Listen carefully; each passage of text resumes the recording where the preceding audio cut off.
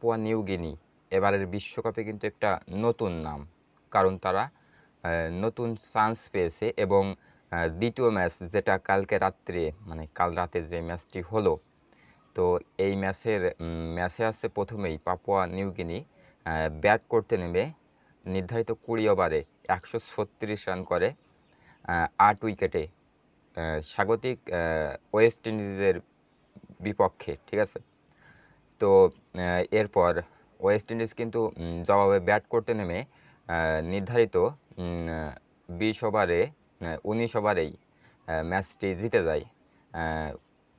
খেলাটি মানে খুবই কন্টেস্টে চলে এসেছিল এবং এই পাপুয়া নিউ গিনি এরা কিন্তু খুবই ভালো খেলেছে। যদি হেরেও যায়, মানে হেরেও গেছে, কিন্তু যদি হেরেও যায় না, হেরে গেছে, কিন্তু খুবই সুন্দর খেলেছে এরা, কারণ এরা কিন্তু নতুন এবং দুইবারের বিশ্ব চ্যাম্পিয়ন ওয়েস্ট ইন্ডিজ। তারা কিন্তু মানে লাস্টের 3 ওভারের কথা বলি, লাস্টের 3 ওভারে ঠকেই যায়, মানে হেরেই যাবে এরকমই কিন্তু হয়ে গেছিল। তো এরপর হচ্ছে সুন্দর একটা খেলা দেয়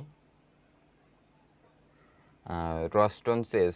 তিনি হচ্ছে 27 বলে 42 রান করে হচ্ছে 2 6 এবং 4টে 4-এর বিনিময়ে, এবং অ্যান্ড্রে রাসেল তিনি কিন্তু 15 বলে 9 বলে 15 রান করে এবং একটা 6 মেরে, ঠিক আছে।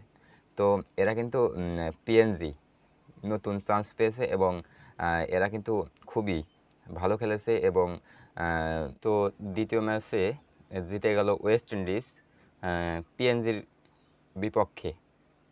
তো প্রতিদিনই এরকমই খেলার আপডেট পেতে আমাদের পেজটি ফলো, চ্যানেলটি সাবস্ক্রাইব করুন। ধন্যবাদ।